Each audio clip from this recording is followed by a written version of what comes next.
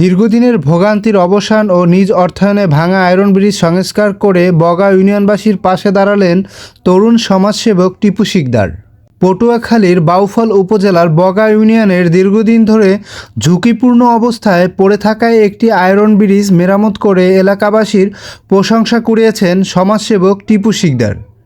তিনি বগা ইউনিয়নের সাবেক চেয়ারম্যান আব্দুর রশিদ শিকদারের পুত্র।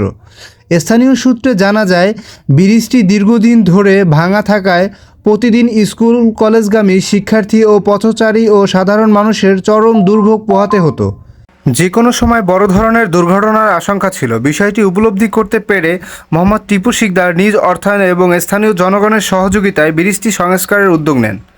ফলে এলাকাবাসীর দীর্ঘদিনের ভোগান্তির অবসান হয়েছে।